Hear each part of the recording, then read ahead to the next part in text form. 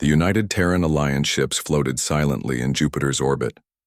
32 vessels with smooth hulls that reflected the distant sun. For years, humans had watched the war between alien powers from afar. The Arcturus Collective fought against the Orion Dominion across hundreds of star systems. Earth had stayed neutral, but that was about to change. Commander Yoon sat alone in her quarters aboard the flagship Dauntless. Her dark eyes moved across the data on her screen. The message had arrived 3 hours ago, and she had read it 20 times since then. The Orion Dominion planned to attack Earth after they finished with Arcturus. "Computer, call Admiral Doe to my quarters," she said. Minutes later, the Admiral entered. He was tall with gray hair cut short against his scalp. His uniform was perfectly pressed despite the late hour. "You've seen the report?" Yoon asked. "I have. The Security Council is meeting now." Admiral Doe's voice was steady, but Yoon could see the tension in his shoulders. "If Arcturus falls, we're next." On Earth, 12 men and women sat around a circular table. The Terran Security Council listened as military intelligence presented their findings. The evidence was clear. The Orion Dominion had already mapped invasion routes to Sol system. "We have remained neutral because we believed this was not our war," said President Minnie. "But it seems war will come to us whether we wish it or not." General Bay spoke next. "The 7th Fleet is ready. Our technology is untested in actual combat. But simulations show overwhelming effectiveness." "Against an enemy that outnumbers us 10 to 1, asked Counselor Zhang. "Numbers meant everything in old warfare," replied General Bay. "They mean very little now." The vote was unanimous. Within hours, deployment orders reached Jupiter. On the Dauntless, Admiral Doe called his captains together. The ship's conference room was crowded with officers in blue uniforms. A holographic display showed the Procyon system, where Arcturus forces fought to hold their last stronghold. "Our mission is clear," said Admiral Doe. "We will reach the Arcturian front and prevent their final stronghold from falling. Humanity enters this war not for conquest but for survival." Captain Nam raised his hand. "The Orion fleet has over 300 ships. Even with our technology advantage, those odds are difficult." "Which is why surprise will be crucial," replied Doe. "Our fold space drives will get us there before they can prepare.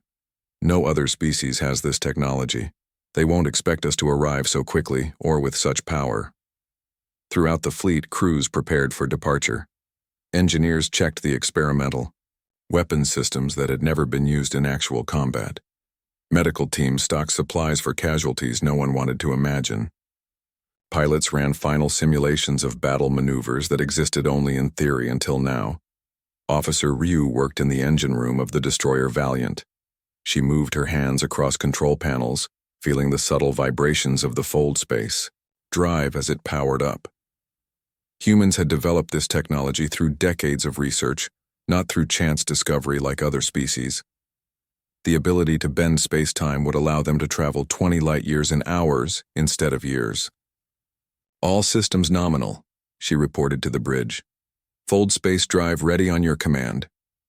On the Dauntless, Tactical Officer Jin studied enemy formations. The holographic display showed red dots surrounding a blue planet, Orion ships encircling the last Arcturian world. "They've almost won," he told Commander Yoon. "Another day and Arcturus falls." "Then we have just enough time," she replied. Admiral Doe stood on the bridge of the Dauntless. Around him, crew members worked at their stations with quiet efficiency. Outside the viewports, Jupiter's massive form dominated the view. Soon they would leave the safety of their home system and enter war for the first time in humanity's spacefaring history.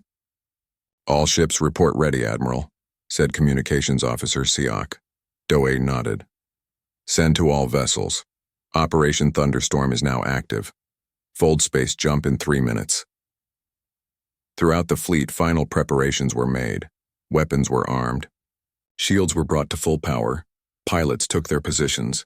The 32 ships of the 7th Fleet moved into formation. Their hulls began to glow with blue energy as the fold space drives engaged. Space itself seemed to bend around them. "All ships, jump," ordered Admiral Doe. In an instant, Jupiter disappeared from view. The fleet entered the fold space corridor. a tunnel of swirling energy that connected 2 points across vast distances. They were committed now. There was no turning back. In her quarters, Commander Yoon looked at a photo of her family on Earth. She touched it once, then straightened her uniform and headed to the bridge. In a few hours, they would arrive at Procyon, and then humanity would enter the war. The human fleet moved through fold space like ghosts. Outside the ship's viewports, reality twisted into streams of blue and purple light. The normal rules of physics didn't apply here. 20 light years would pass in just hours instead of decades. Officer Huan stood at his station on the bridge of the Dauntless. His fingers moved quickly across the control panel. The fold space drive needed constant adjustments to keep the fleet on course. "Status report," said Admiral Do, his voice calm despite the tension everyone felt. "All systems functioning within normal parameters," Huan replied. "We'll reach Procyon system in 3 hours, 17 minutes. Elsewhere on the flagship, Tactical Officer Jin reviewed information about the enemy. The Orion Dominion had conquered 12 star systems in 8 years. Their ships were heavily armored with powerful energy weapons, but they had never faced humans in battle. Jin pulled up an image of an Orion battleship. It was massive, 3 times the size of the Dauntless, with weapons arrays covering its hull. The Orions believed bigger was always better. Humans had taken a different approach. In the crew mess hall, Lieutenant Shin sat with her squad. They ate quietly, lost in their own thoughts about the coming battle. "Do you think the tech will work?" asked a young soldier named Park. "I mean, we've never actually used it against a real enemy." "It'll work," Shin said firmly. "We've been preparing for this moment for years." An older sergeant nodded. "The Orions and Arcturians think technology is about discovering things. We know it's about improving what you find." This was humanity's advantage. While other species waited to discover new technologies, humans took what they found and made it better. The quantum network that would link their ships in battle was based on communication technology the Arcturians had abandoned as limited.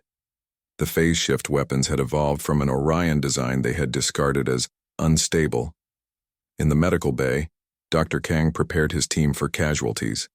They hoped the new shield technology would prevent serious damage to the fleet, but doctors always prepared for the worst. "Check the trauma kits again," he told a nurse, "and make sure the surgical units are calibrated for all species. We might need to treat Arcturian wounded." The nurse looked surprised. "You think we'll bring alien wounded aboard?" "We're fighting to save lives," Kang said. "That doesn't stop when the battle ends." On the bridge, Communications Officer Seok received a message from the Valiant. "Admiral, Captain Nam reports unusual energy readings at the edge of the fold space corridor," she said. Do frowned. "Orion patrols." "Unlikely, sir. The signature doesn't match any known ship type." "Alert all vessels. Raise shields as a precaution." Minutes later, strange objects appeared alongside the fleet. They were spherical, about the size of small shuttles glowing with green energy. "Analysis?" Do asked. Science Officer Moon studied her readings. "They appear to be automated probes of some kind, not Orion or Arcturian design. They're scanning our ships. Can they report our position?" "Unknown, sir, but I recommend we destroy them to be safe." Do nodded. "All ships, target unknown probes. Use minimal energy to avoid detection. Small weapons fired from the human vessels. The probes exploded silently in the swirling energies of fold space. All targets eliminated, reported Weapons Officer Gill. No apparent signals were sent. Do turned to Moon. Record everything we can about those probes. I want to know who's watching the fold space corridors. The journey continued. In the ship's gym, soldiers trained to stay sharp. In engineering, technicians ran final checks on weapons systems. In private quarters, some wrote messages to family just in case they didn't return. Commander Yoon studied the tactical situation at Procyon. The Arcturian forces were in retreat, pulling back to their last defensive position around Procyon IV. The Orion fleet surrounded them in a classic encirclement pattern. "They don't expect any help to arrive," she told Admiral Do. "They have no idea we're coming." That gives us one advantage, Doe replied. But we're still outnumbered. Numbers won't matter once the quantum network is active. 2 hours later, Officer Juan announced, "Approaching exit point, Admiral." Doe straightened his uniform. "All hands to battle stations. Weapons systems online. Prepare to deploy in Formation Theta upon arrival." Throughout the fleet, crews took their positions, shields powered up, weapons charged. The experimental systems that had never been tested in real combat were about to face their ultimate trial. Exiting fold space in 10 seconds, Juan counted. Down. The swirling colors outside the viewports faded. Reality snapped back into focus. Stars appeared against the blackness of space.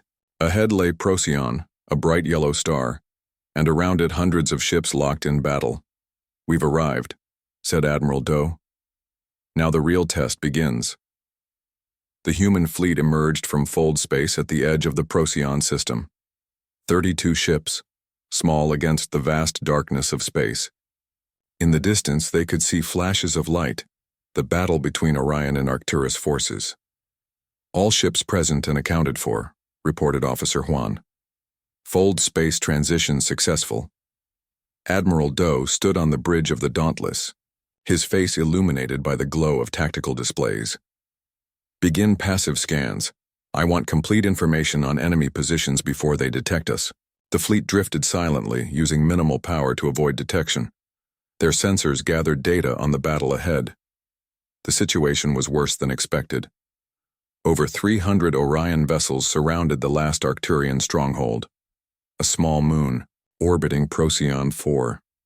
The Arcturians had only 60 ships remaining, and half of those were damaged.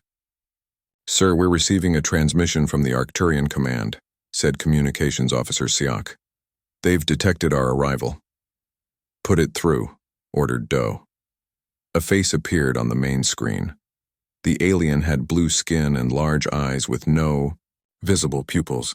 "This is Commander Tell of Arcturus Defense Force. Identify yourselves." "Commander Tell, I am Admiral Doe of the Terran Alliance. We've come to assist you against the Orion Dominion." The Arcturian's expression changed slightly, surprise perhaps, though human officers found alien emotions difficult to read. "You bring—" "Only 32 vessels," Tell said. "The Orions have hundreds. If this is Earth's idea of assistance, you have wasted your lives coming here." "Don't judge our capabilities by the size of our fleet," replied Doe calmly. "We request that you pull your forces back to defensive positions around the moon. We will engage the Orion fleet directly." "That is suicide," Tell stated flatly. "Nevertheless, those are our intentions. Please acknowledge." After a pause, Tell nodded. "Acknowledged. May whatever gods you believe in watch over you." The transmission ended. Commander Yun approached the Admiral's position. "They think we're going to die," she said quietly. "Let them think what they want," Doe replied.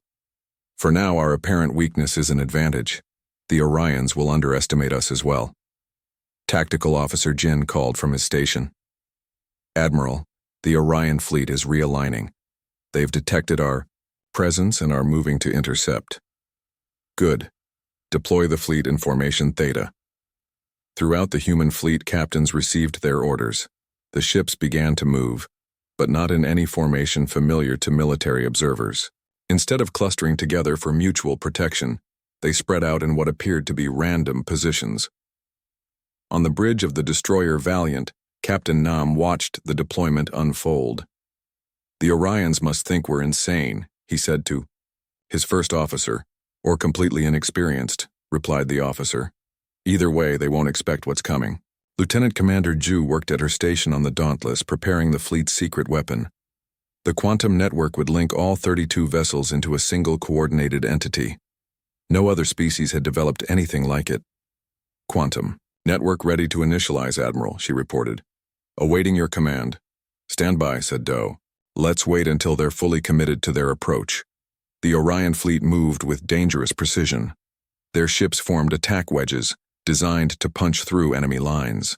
Nearly 100 vessels broke off from the main force and headed toward the human fleet. Even this fraction of their total strength outnumbered the humans 3-1. "They're sending only part of their force against us," observed Jin. "They don't want to abandon their positions around Arcturus." Do nodded. "As expected, they see us as a minor threat." Officer Seok turned from her station. "Admiral, we're receiving a transmission from the Orion command ship." On screen, the face that appeared was reptilian, with scales of dark green and yellow eyes with vertical pupils. "This is High Commander Rek of the Orion Dominion. Your interference in our military operation is unwelcome. Withdraw now or be destroyed." "Admiral." Do stood straight, his face revealing nothing. "High Commander, I am Admiral Do of Earth. We have observed your aggression against the Arcturus Collective and find it unacceptable. Furthermore, we have evidence of your plans to attack Earth once Arcturus falls." The Orion showed sharp teeth in what might have been a smile. "So the humans have finally emerged from hiding. Your primitive fleet is no match for even a fraction of our force. Surrender now, and we may spare your homeworld when the time comes." "We didn't come here to surrender," said Admiral Do. "We came to end this war." The Orion commander laughed, a harsh sound. "Then you will die here. Farewell, Admiral of Earth." The transmission cut off. Commander Yoon stepped closer to Do. "They're almost in position, sir." Admiral Do looked at the tactical display. The Orion attack force was closing rapidly, weapons powering up. They expected an easy victory against the seemingly outmatched human fleet. "Lieutenant Commander Ju," Do said calmly, "initialize the quantum network." "Yes, sir, quantum network activating now." A wave of energy connected all 32 human ships. Suddenly, they weren't individual vessels anymore. They were parts of a single organism, able to react and coordinate with impossible speed. "All ships report ready, Admiral," said Ju. "The network is stable." Admiral Do took a deep breath. "Prepare all weapons. The real battle is about to begin." The Orion ships approached in perfect formation. Their weapons glowed with building energy. On their bridges, commanders watched the scattered human vessels with contempt. This would be a quick victory. On the Dauntless, Admiral Do stood calmly. "All ships, activate adaptive shields." Throughout the human fleet, the new shield technology came online. Unlike normal energy barriers, these shields could change frequency and density in microseconds, adapting to any weapon fired against them. "Phase shift weapons charged and ready," reported Weapons Officer Gill. These weapons were humanity's greatest military secret. They fired energy that existed partly in another dimension, allowing it to pass through normal shields as if they weren't there. "The enemy will fire in 15 seconds, said Tactical Officer Jin, watching the Orion fleet's power readings spike. Admiral Do nodded. "Begin Protocol Thunderstorm." Through the quantum network, all human ships received the same command simultaneously. They began to move, not randomly, but in a complex pattern calculated to avoid enemy fire with minimal energy expenditure. Doku. Orion fleet fired. Hundreds of energy beams lanced across space toward the human vessels. But where the human ships had been, they were no longer. Each had shifted position precisely 0.8 seconds before the weapons fired. "No hits reported," said Jin, surprise in his voice despite months of simulations showing this exact outcome. "All ships intact." "Execute targeting solutions," ordered Do. The quantum network had already identified structural weaknesses in every Orion vessel. Each human ship targeted specific points where damage would be most effective. Fire. 32 phase shift weapons fired simultaneously. The energy beams looked strange to the human eye, slightly blurred, as if not fully present in normal space. They struck the Orion ships, passing through their shields without resistance. On the Orion vessels, alarms blared as critical systems failed. Power cores shut down. Weapons went offline. Communication arrays melted. 37 enemy ships disabled, reported Jin, reading the data flowing through the quantum network. 22 more heavily damaged. The Orion fleet's perfect formation broke apart. Some ships tried to retreat, others continued forward, firing wildly at targets they couldn't hit. Second targeting solutions acquired, said Gil. Ready to fire. Fire, ordered Doe. Again, the phase shift weapons fired in perfect coordination. More Orion ships went dark. Their systems overloaded by energy their shields couldn't stop. On the Arcturian moon, Commander Tell watched in disbelief. Impossible, he whispered. His tactical officer couldn't speak, stunned by what they were seeing. The human fleet moved like dancers, each ship knowing exactly where to be at each moment. They avoided every shot fired at them. Their own weapons struck with surgical precision, disabling rather than destroying when possible. On the Orion command ship, High Commander Rek roared in fury. What is happening? How are they doing this? Unknown, Commander, replied his science officer. Their ships are moving in patterns that should be impossible without collisions, and their weapons. The officer paused, checking readings again. Their weapons shouldn't exist. In the engine room of the Valiant, Officer Ryu worked frantically to maintain power levels. The quantum network demanded enormous energy. Coolant to drive 3, she shouted as warning lights flashed. We need to keep the network stable. The human fleet continued its deadly dance. After just 90 seconds of battle, half the Orion attack force was disabled. The remaining enemy vessels are retreating, reported Jin. They're falling back to the main fleet. On the main view screen, they could see the Orion ships turning away, accelerating to full speed. Should we pursue? Asked Commander Yun. Admiral. Doe shook his head. No, let them run.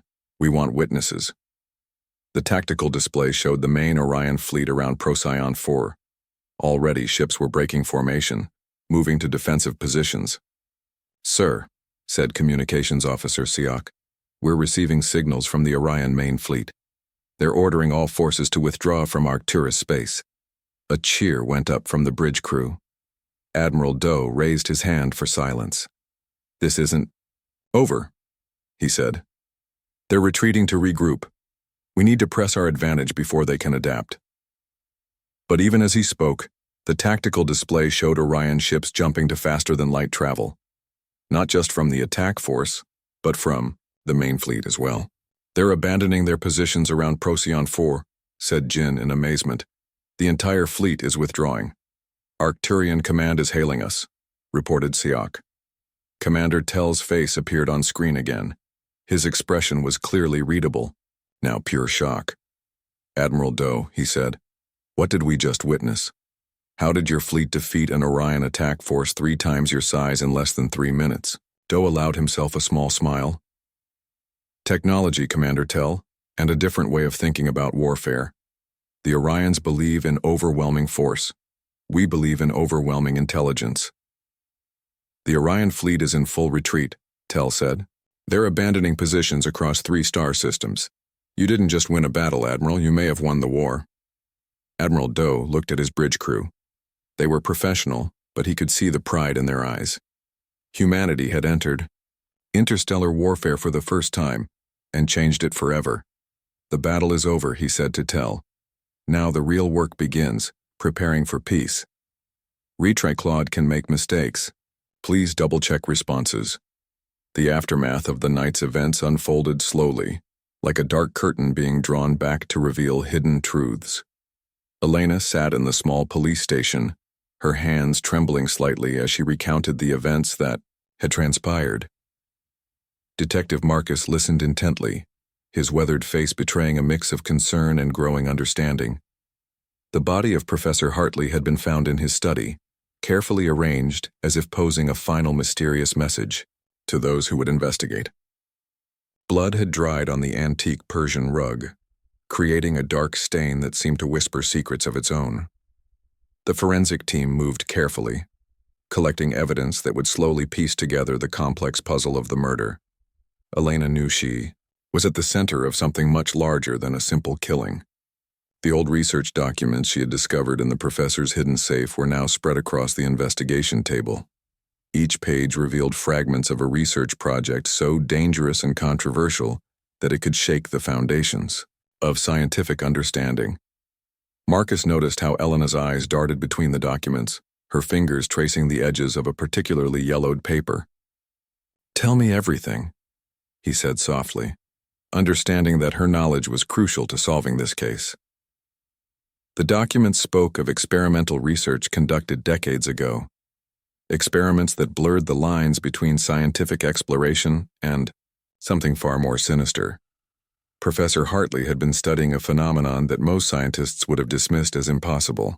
Genetic modifications, psychological transformations, and the boundaries of human potential were all carefully documented in meticulous handwriting.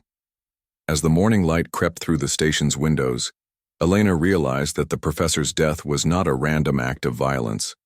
Someone wanted those documents silenced. Someone feared what those pages could reveal to the world. "I didn't kill him," Elena said firmly, her voice steady despite the emotional turmoil. "But I think I know who might have wanted him dead." The detective leaned forward, his notepad ready. Each word she spoke could be a key to unlocking the mystery that surrounded Professor Hartley's final research and his brutal murder. Outside, the city continued its normal routine. People walked past the police station, unaware of the extraordinary story unfolding within its walls. Cars moved along the street, their drivers oblivious to the dangerous secrets that were about to be exposed. Elena thought about the last conversation she had with the professor. He had been excited, almost nervous, talking about a breakthrough that would change everything. Now he was dead, and those secrets died with him, or so someone hoped. Marcus studied the documents, his trained eye catching details that others might miss. Strange symbols, complex mathematical equations, and references to experiments that seemed to challenge the very understanding of human capabilities. This was more than a simple murder investigation. This was about uncovering a truth that some powerful people wanted to remain hidden. As the day progressed, Elena realized she was now a target. Whoever killed Professor Hartley would not want her continuing his work or revealing what she knew. The research documents were both a treasure and a dangerous weapon. "We need to protect you," Marcus said, understanding the risk she now faced. But Elena knew protection was not enough. She wanted answers. She wanted to understand why the professor was killed and what his research truly meant. The murder investigation was just the beginning. Something much larger was waiting to be discovered, a truth that could potentially change everything humans understood about science, genetics, and the limits of human potential. As afternoon turned to evening, Elena looked out the station's window. The city seemed peaceful, but she knew beneath its calm surface a storm was brewing. A storm that began with Professor Hartley's murder and would end with a revelation that could shake the world to its core. The documents remained spread on the table, each page a piece of a complex and dangerous puzzle. And Elena knew that solving this puzzle would require courage, determination, and a willingness to face truths that most people would prefer to keep hidden.